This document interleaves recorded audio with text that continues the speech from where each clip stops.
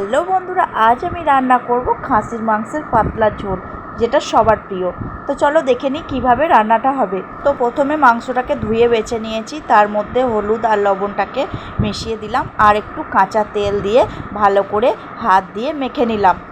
তারপর ভালোভাবে মাখা হয়ে গেলে একটা থালা চাপা দিয়ে ঢাকা দিয়ে নিলাম। এরপরে কিছুটা ডোমো ডোমো করে আলু কেটে রেখেছিলাম, একটু হলুদ আর একটু লবণ দিয়ে আবার আলুগুলোকে মেখে নেব। এরপর হাত দিয়ে এইভাবে মেখে নিতে হবে। এদিকে কড়াইয়ে তেল গরম করতে বসিয়ে দিলাম। তেল গরম হয়ে গেলে এক এক করে আলুগুলোকে ছেড়ে দেব। সব আলুগুলোকে আমি তেলের মধ্যে দিয়ে দিলাম। এরপর লাল লাল করে আলুগুলোকে ভেজে নিতে হবে। 2-4 বার নাড়াচাড়া করার পরে এক পিঠ হয়ে গেলে আর এক পিঠ উল্টে নিতে হবে। তো এইভাবে আমি উল্টে পাল্টে আলুগুলোকে ভেজে আমি তুলে নেব একটা বাটির মধ্যে। ওই তেলেই কয়েকটা গরম মশলা দিয়ে দেব। এখানে আমি গরম মশলাটা দিয়ে দেওয়ার পরে কিছুটা পেঁয়াজ কেটে রেখেছিলাম, সেই পেঁয়াজটাকে লাল লাল করে ভেজে নেব। গরম মশলার সঙ্গে পেঁয়াজটা ভাজা হলে কিন্তু দুর্দান্ত সেন্ট আসে,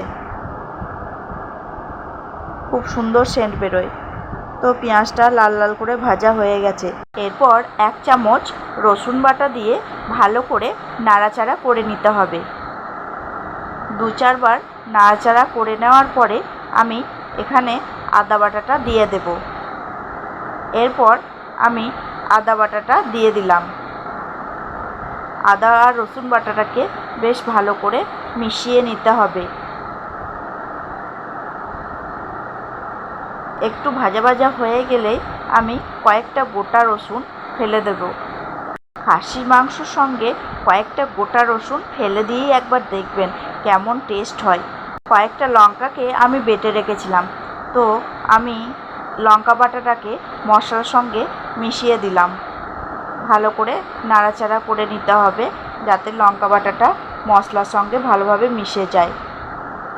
এরপর আমি হলুদের গুঁড়ো দিয়ে দেব পরিমাণ মতো, লবণ দিয়ে দেবো হালকা করে, কারণ মাংসতে আমার লবণ মাখানো আছে বলে এখানে আমি লবণটা কম দিলাম।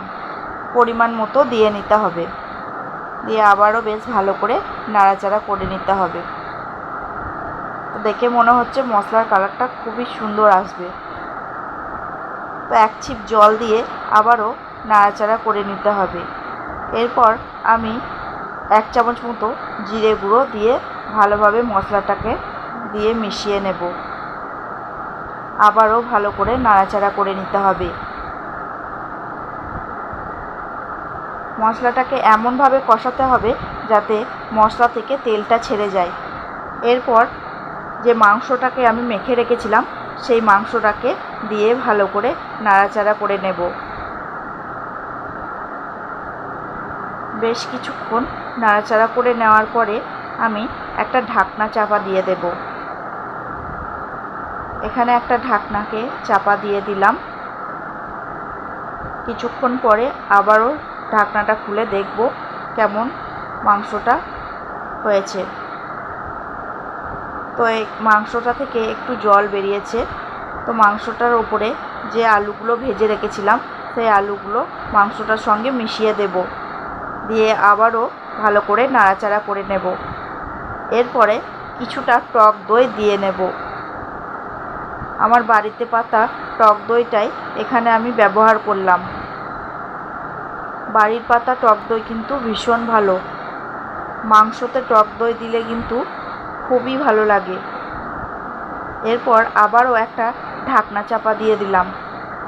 কিছুক্ষণ পরে আবারও একটু নাড়াচাড়া করে নিতে হবে ঢাকনা খুলে।